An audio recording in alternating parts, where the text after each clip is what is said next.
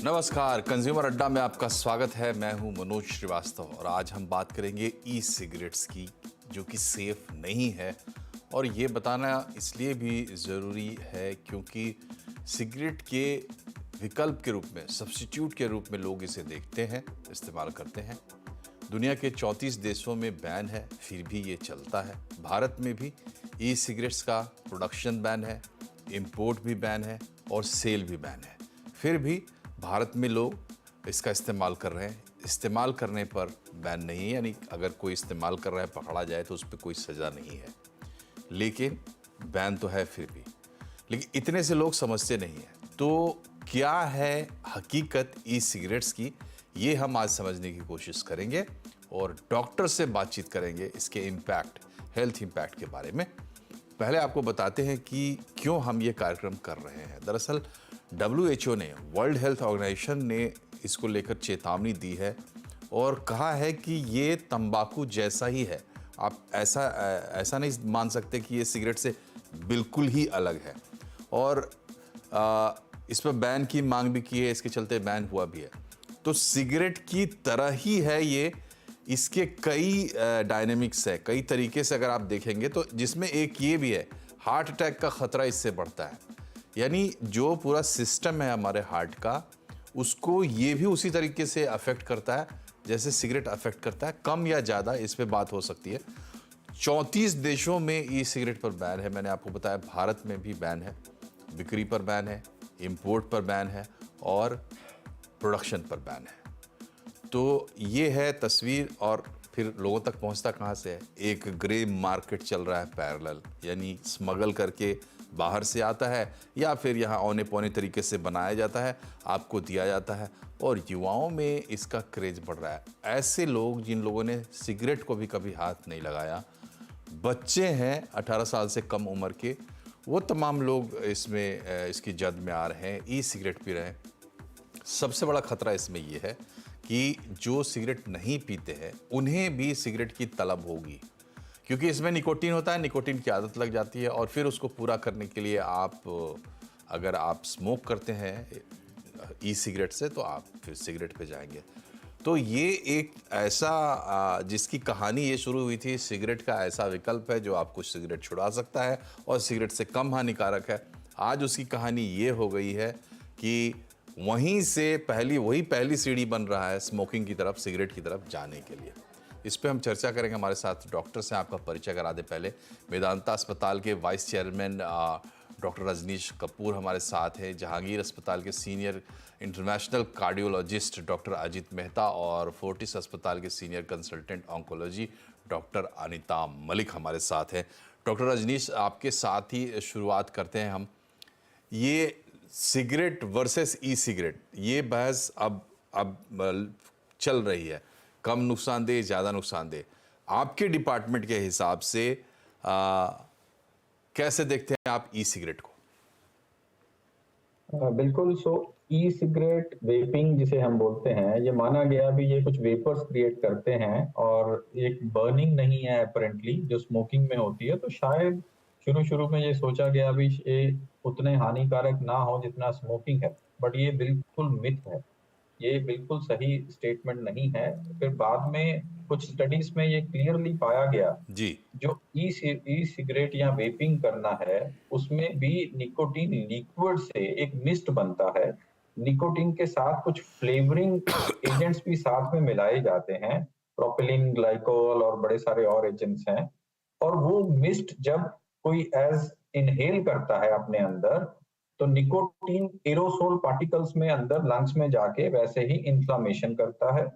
और जो flavouring agents हैं या सारा कॉम्बिनेशन केमिकल्स का बना, उनमें कुछ केमिकल्स जो इनहेल किए गए वो कार्सिनोजेनिक भी हैं और इन्फ्लामेशन भी पैदा कर रहे हैं।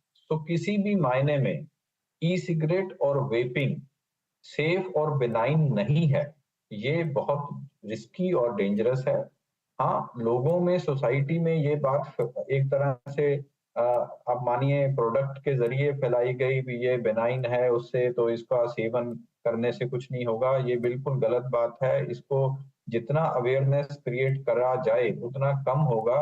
that e-cigarette or vaping is very, very dangerous and risky. It can lead to many diseases. It can lead to chronic lung inflammations. It can lead to even certain types of cancers, and that is the reason इसको ban किया गया. But अब कुछ जो हमारे youngsters हैं वो एक स्टेटस सिंबल की तरह अब ग्रे मार्केट से लिया और एक स्टेटस सिंबल की तरह इसको पीने में, इसको ई सिगरेट लेने में अपना एक वो मानते हैं भी वो उनका एक स्पेशल स्टेटस बन रहा है. बट उस चक्कर में ये बहुत एडिक्टिव है. जो एक बार इसको शुरू कर देते हैं इससे निकलना मुश्किल है. Addictive potentials are very high, and since there are very, very extremely deleterious effects of e-cigarettes and harmful effects, it has to be given to the society that this is very, very dangerous. अब क्या है, cigarette के पत्ते पे हम देखते हैं ये कैंसर करता है, ई सिगरेट के पत्ते पे नहीं है क्योंकि वो वाइट मार्केट से आ ही नहीं रहा प्रोडक्ट. तो how people would know about it. मुझे लगता है बहुत सारे यंगस्टर्स जो इसकी चपेट में आते हैं वो अभी भी शायद ये मान रहे हैं कि शायद ये सिगरेट की तरह हानिकारक नहीं है. So that is where these programs, I mean, it's a compliment to you that you have raised this point and doing this program. It is very, very essential that it should reach to the public that ये बहुत ही हानिकारक चीज है और इससे बिल्कुल परहेज करें. जी, और जो इसकी मार्केट में एंट्री हुई है शुरू में, तो वो इस तरीके से ही आई है चीज़ कि भाई इसमें कोई नुकसान है ही नहीं और ये सिगरेट का एक सब्स्टिट्यूट है. नुकसान नहीं है, सिगरेट का सब्स्टिट्यूट है और इसमें कई सारी सुविधाएं हैं. कहीं भी आप पी लें, इससे जो बदबू नहीं आती है, तो आसपास के लोगों को पता नहीं चलेगा और इसमें चूँकि आग नहीं जलानी पड़ती है. तो बच्चे खास करके बहुत ज़्यादा शिकार हो रहे हैं. उनको ई सिगरेट जो है, वेपिंग इसको कहते हैं, एक हिप कल्चर सा बनता जा रहा है. और बात सिर्फ ई सिगरेट की नहीं है, लोग इसके बड़े बड़े हुक्के भी बना के और उसका भी इस्तेमाल कर रहे हैं. डॉक्टर मेहता, ये बताइए कि ये मैकेनिज़्म इसका क्या है, कैसे ये अफेक्ट करता है, किस तरीके से? क्योंकि इसमें जैसे कहते हैं कि सिगरेट में टार आता है सिगरेट के साथ जो डैमेज करता है, इसमें भी शायद छोटे पार्टिकल्स आते हैं और वो कैसे शरीर को अफेक्ट करते हैं? बेसिकली ये लिक्विड निकोटीन है. जो ई सिगरेट जो हम बोल रहे हैं वो निकोटीन ही है, बट वो लिक्विड फॉर्म में है. और जो हम कागज में जो स्मोकिंग सिगरेट जो ट्रेडिशनल सिगरेट है उसमें भी निकोटीन है. दोनों इसमें निकोटीन है. सो बेसिकली निकोटीन के साइड इफेक्ट हमें सबको पता ही है, बट जब ये कोई ई सिगरेट यूज करता है निकोटीन के साथ बहुत ज्यादा मात्रा में उसमें बहुत हानिकारक केमिकल्स भी होते हैं. वो इन लॉन्ग टर्म यूसेज में हार्ट, लंग्स को काफी ज्यादा मात्रा में इफेक्ट करते हैं. जैसे हार्ट में देखा जाए तो वो हार्ट रेट बढ़ा देता है कोई भी जो वेपिंग करता है, कोई भी मात्रा में सिगरेट लेता है. ब्लड प्रेशर बढ़ा देता है ये लोगों में. इम्पोर्टेंट है जो ब्लड वेसल्स होते हैं, जो आर्टेरियल वॉल्स होते हैं, जो उसके एंडोथेलियल लाइनिंग्स होते हैं, उसको खराब कर देता है, जिसको हम एंडोथेलियल डिस्फंक्शन बोलते हैं. और ये सब अगर आप काफी ज्यादा मात्रा से कर रहे हो तो over a period of time उसमें कोलेस्ट्रॉल डिपोजिशन हो जाता है, एंडोथेलियल डिस्फंक्शन हो जाता है और वहां पे प्लाक डेवलप हो जाता है और ये लोगों में हार्ट अटैक के चांसेस भी बढ़ जाते हैं. सो ये हार्ट में basically high blood pressure, higher heart rate, heart attacks और डायबिटीज की भी लक्षण ज्यादा मात्रा में इन लोगों में पाए जाते हैं. सो ये हो गए हार्ट और lung related problem. But importantly ये लंग्स में भी काफी ज्यादा मात्रा में ये जो केमिकल्स है जो हमें इनफैक्ट ई सिगरेट जैसे अभी 2008 में मार्केट में आई है and as we are aware कि ये ग्रे मार्केट से आती है, जो उसमें जो लिक्विड निकोटीन आता है तो वो भी ग्रे मार्केट से आता है. और ऐसे मार्केट से आते हैं जहां वहां पे क्वालिटी कंट्रोल कुछ नहीं है. सो उसमें क्या हो जाता है, बहुत ज्यादा हानिकारक केमिकल्स मिलाई जाती है. प्रायबली हमें वो पता भी नहीं है कौन कौन से हानिकारक केमिकल्स उसमें मिलाई जाती है. तो उसके साइड इफेक्ट क्या है, उसके प्रॉब्लम्स क्या है, जो हमारे सामने अभी तक आया है, कुछ स्टडीज में हमें बताया गया है हार्ट लंग्स रिलेटेड काफी ज्यादा प्रॉब्लम्स है, लंग में कैंसर हो सकता है. बट इतने सारे और भी प्रॉब्लम आगे चल के हमें दिख सकते हैं, वो हमें पता भी नहीं है बिकॉज इसमें कौन से केमिकल है, कहाँ से बन के आते हैं, because most of the countries में ये बैन है, तो ये सारा ग्रे मार्केट से आता है। तो जहाँ वो बनता है उसका क्वालिटी कंट्रोल क्या है, उसमें कौन से हानिकारक केमिकल है, ये हमें over a period of time ही पता चलेगा। तो ये जैसे आपने पहले कहा कि ये आया था invention to for people to quit smoking, जैसे हमें किसी को स्मोकिंग बंद करना है तो ये आप ई सिगरेट का इस्तेमाल करो, वो थोड़ा सा लेस हानिकारक है। बट एज वी नो कि people are getting more addicted, especially the younger generation is getting more addicted to this and is becoming a status symbol. तो वो पूरे इसका हार्ट का, लंग्स का, ब्लड वेसल का, डायबिटीज का खतरा बढ़ा रहा है हमारे युवाओं में। जी। और डॉक्टर मलिक, देखिए, सिगरेट की जब भी हम बात करते हैं और जब हम एंटागोनाइज करते हैं सिगरेट को, तो हम सबसे ज़्यादा हवाला देते हैं कैंसर का।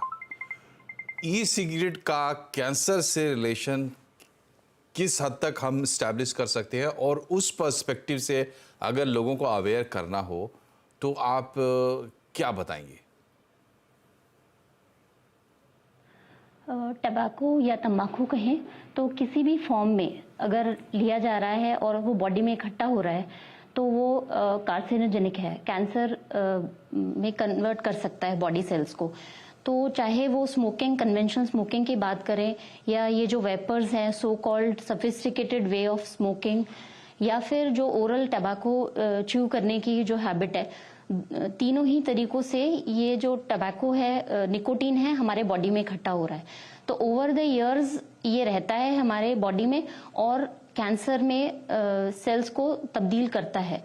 तो ये ऐसा मान के चल रहे हैं, लोगों को लगता है कि बहुत सोफिस्टिकेटेड तरीका है, डी एडिक्शन का एक तरीका हो सकता है, हैबिट फॉर्मिंग नहीं है, पर ये ऐसा नहीं है। जो टॉक्सिक मटेरियल है, जो कार्सिनोजेनिक है, वो तीनों ही तरीके से बॉडी में जा रहा है। तो सभी तरीकों से ये हमारे सेल्स को कन्वर्ट करता है। तो तीनों ही तरीके इससे हार्मफुल हैं हम पॉपुलेशन के लिए। जी, तो ये एक फंडामेंटल बात है वेपिंग के बारे में या ई सिगरेट के बारे में कि वो डेंजरस है। ये बात WHO इस्टेब्लिश कर चुका है। WHO सारे दुनिया के सारे देशों से, अपने मेंबर कंट्रीज से ये कह चुका है कि इसको बैन किया जाए। 34 देशों में इसको बैन भी किया जा चुका है। तो ये बिल्कुल साफ है कि ये डैमेजिंग है। लेकिन जो सबसे बड़ी बात है या चिंता की बात है यहाँ पर भारत में, डॉक्टर कपूर, ये है टीनेजर्स का प्रॉब्लम, जिसकी वजह से, और हमारा भी ये कार्यक्रम करने का सबसे बड़ा फोकस यही था कि टीनेजर्स में, स्कूल गोइंग किड्स में इसकी जो है इसका प्रचलन बहुत ज़्यादा बढ़ रहा है। स्कूल्स में वो लोग चेक करते हैं, सडन रेड्स करते हैं अपने स्टूडेंट को। आजकल मोबाइल फ़ोन्स के लिए भी करते हैं, ख़ास करके 8th ऑनवर्ड्स जो बच्चे हैं उनको, और बैग से वेपिंग एक निकलता है, मतलब ई सिगरेट्स निकलते हैं बच्चों को। तो ये मेरे ख्याल से ज़्यादा नुकसान करेगा डॉक्टर कपूर। बिल्कुल, ये बहुत ही हानिकारक है। और जैसा मैंने पहले भी बताया, एक और फैक्टर है जिसमें जो बात सोसाइटी में प्रचलित करी गई और यंग जनरेशन में इसको ज्यादा प्रचलित किया गया, वो ये था भी स्मोकिंग छुड़वाने का एक मेथड ई सिगरेट्स है। तो बहुत सारे लोग कई बार ई सिगरेट के एडिक्शन में इस तरह से आए भी, आपने भी मेंशन किया भी, स्मोकिंग में हम बर्न कर रहे हैं कुछ, उसके कुछ निशान आते हैं या स्मेल आता है या साथ वाले को थोड़ा उसमें अच्छा नहीं लगता उसकी कंपनी में, तो इसमें एक अलग एक स्टाइल अपनाने के लिए बच्चे, या ये एक स्टेटमेंट के लिए भी स्मोकिंग से बेटर है, स्मोकिंग को जो स्मोक करते हैं ये उसको छूटने के लिए हेल्प करेगा।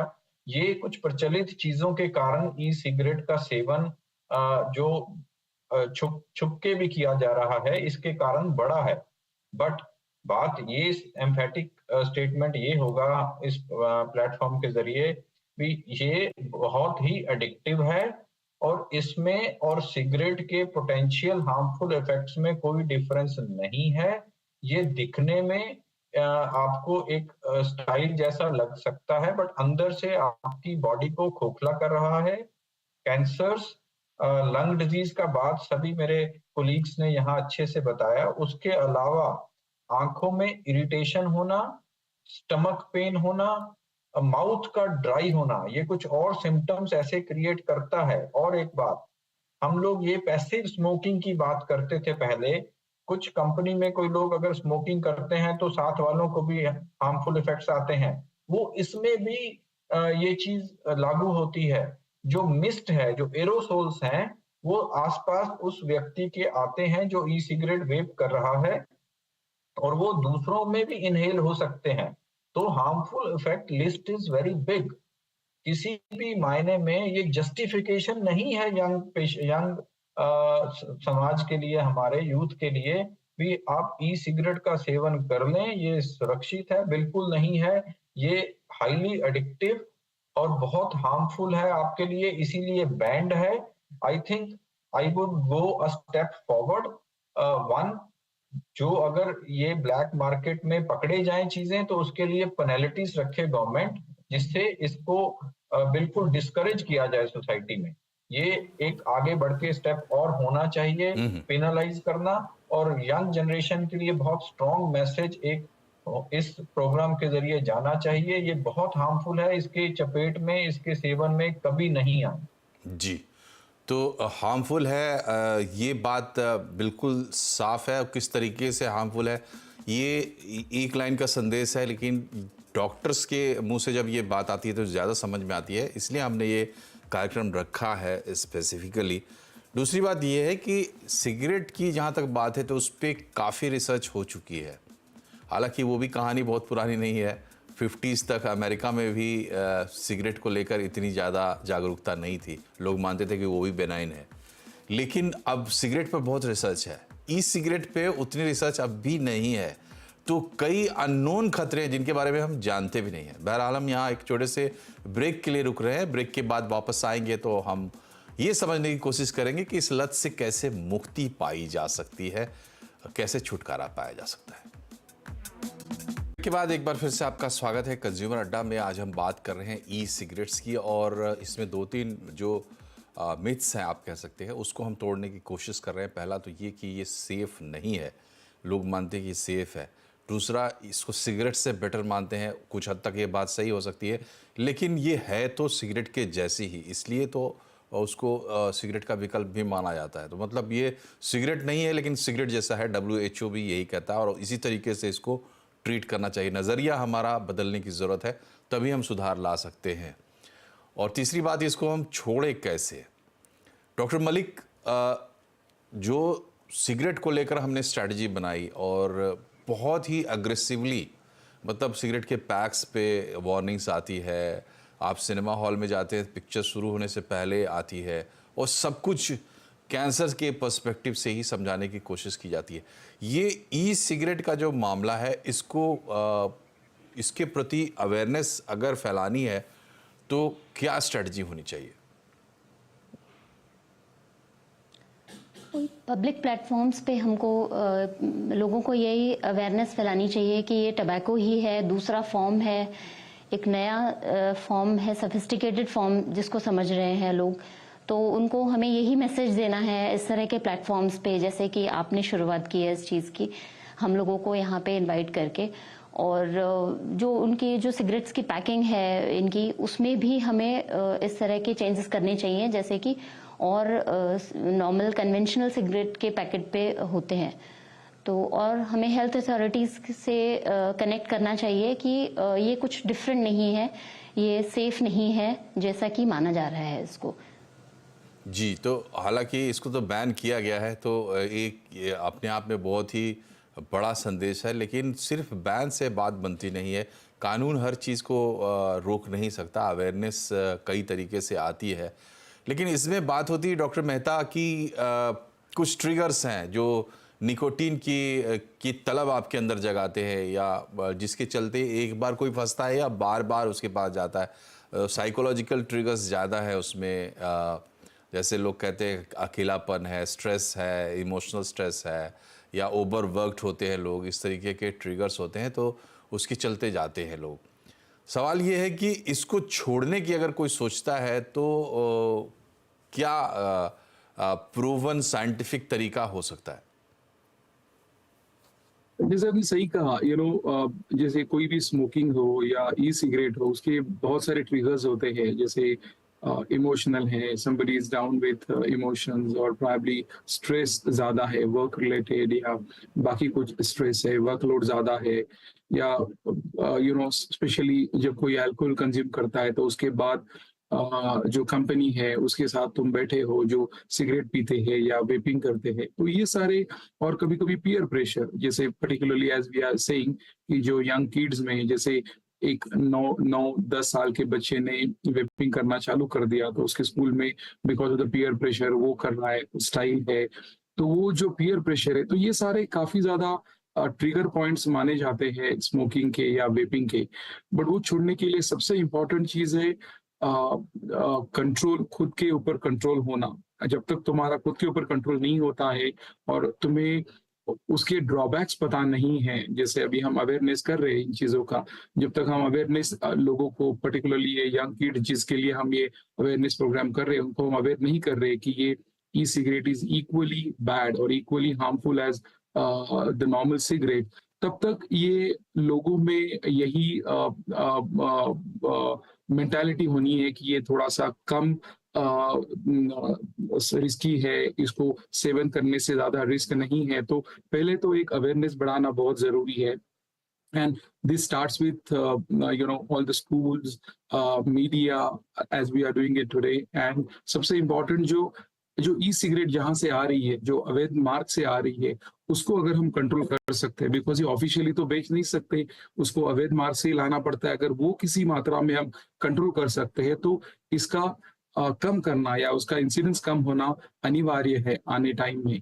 और जो इम्पोर्टेंट ट्रिगर्स है, जैसे इमोशनल स्ट्रेस है या वर्क रिलेटेड प्रॉब्लम्स है, अगर आप उसको किस मात्रा में कंट्रोल कर सकते हैं तो ये हम कंट्रोल करने में कामयाब हो सकते हैं।